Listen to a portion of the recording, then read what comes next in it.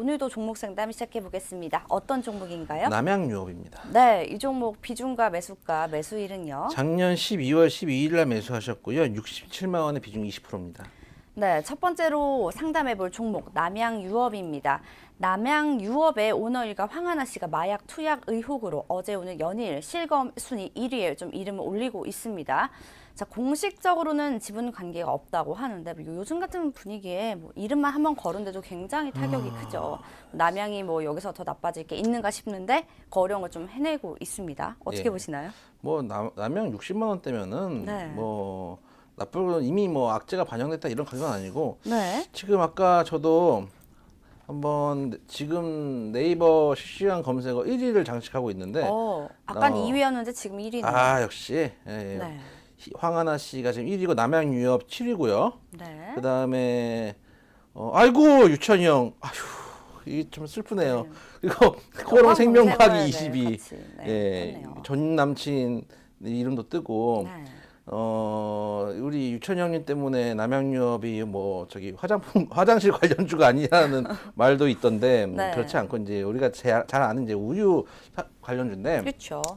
저도 이제 사실은 그 우유는 남양유업을 잘 안 먹습니다. 그렇습니다. 왜냐면은 이게 저 개인적인 생각인데 그 갑질 논란도 많았잖아요. 네, 사실은. 불매운동도 있었고요. 그렇죠. 불매운동도 네. 했고 그랬는데 남양유업을 마시면 뭔가 좀 개돼지 느낌도 좀 나고 냄비 근성 느낌도 좀 나고 이래서 역시 일반 국민들은 뭐 잠잠해지면 다 잊혀지는구나 이렇게 생각을 할 것 같아가지고 저는 남양유업 우유를 잘 안 먹습니다. 안 네. 먹고 뭐 다른 뭐 그렇다고 뭐 우유 파스텔 우유를 먹는데 그래도 파스텔 우유는 좀 낫지 않을까 생각이 좀 또 뭐가 터질지 모르죠. 네네. 그래서 저는 일단 그런 생각이 들고 일단 여기는 이제 뭐 잘 아시는 분유, 뭐 발효유, 치즈 이런 거 하는 데고 그렇죠.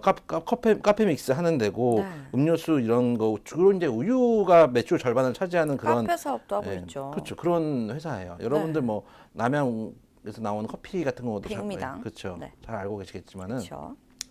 그런 회사인데 작년 매출 4분기 매출은 일단 전년 대비해서 많이 영업이익 같은 경우는 104.9% 늘었고 네. 매출액은 일부 좀 4.7% 정도 감소했는데 영업이익만 보면 작년 4분기 나쁘지 않았는데 네. 일단 주가는 계속 횡보세를 보이고 있고 지금 종목 상담하신 분도 황하나라는 이름이 실시간 검색어에 떠오르니까 네. 이제 겁이 난 거죠.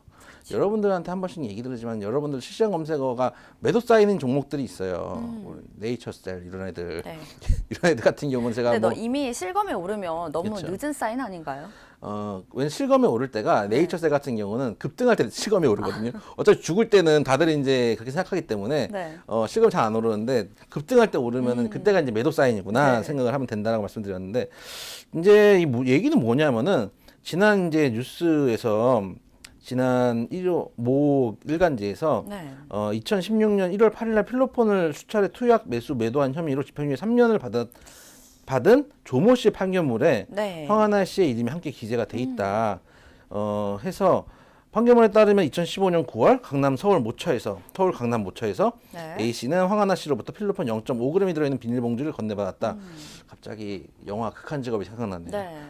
그렇네요. 정말 재밌게 봤는데 이후 A 씨는 황하나 네. 씨가 알려준 대로 B 씨의 계좌에 30만 원을 송금, A 씨는 필로폰을 물에 씻었 후 지더기를 이용해 투약받았다.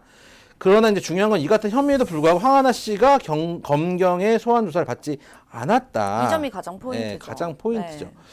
지금 그러니까 결국은 얘기는 뭐냐면은 황하나라는 개인이 이제 필로폰을 유통 및 이제 투여했다는 의혹을 지금 있죠. 받고 있는 거예요. 네.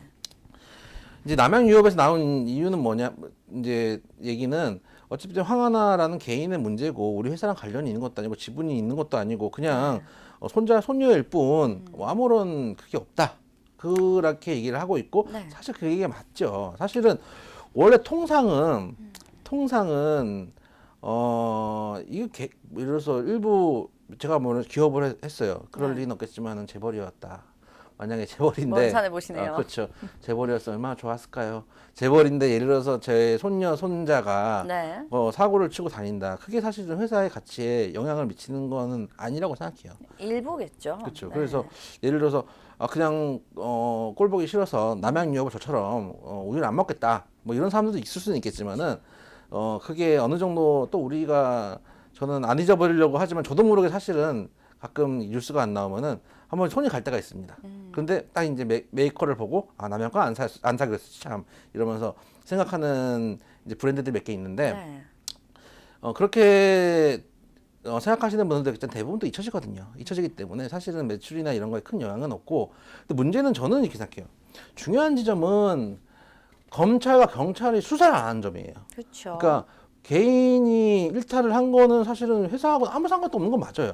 근데 검경이 조사를 안 했다는 점이 조금 우려스러운 부분이에요. 예를 들어서 옛날에 대한항공도 처음에는 땅콩 사건으로 시작이 됐죠. 그쵸. 땅콩 갑질 사건으로, 땅콩 회항 사건으로 시작이 됐다가 까보니까 횡령이 나오고 뭐 불법으로 이제 밀수입한 것들 나오고 뭐 이렇게 나오기 시작하니까 결국은 뭐 지금 대한항공 뭐 총수도 대한항공에서 밀려났잖아요. 그쵸. 한진칼에서는 일단은 뭐 이사 자리를 지켰지만은 네.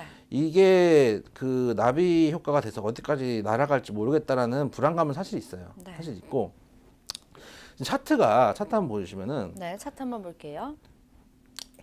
긴 기간 횡보 주고 반등 주고 한번 하락 주고 반등 준 후에 다시 박스권에서 네. 박스권을 주다가 지금 일목대에서 저항을 받고 밑으로 흘러내린 자리거든요.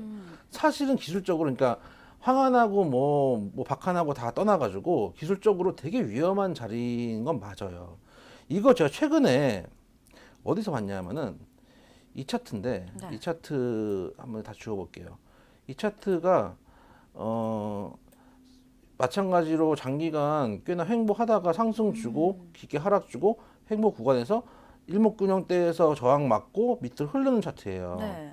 이 티슈진 차트예요. 아, 여러분들이 실시간 검색 올라와 있는 코론 티슈진, 어제 저희가 했던 코론 티슈진 차트가 지금 이런 흐름이거든요. 약간 횡보 라인 줬다가 지금 횡보 뚫고 못 올라가고 흘러내리기 시작하니까 바로 점하에 오늘 지금 마이너스 16.36%입니다.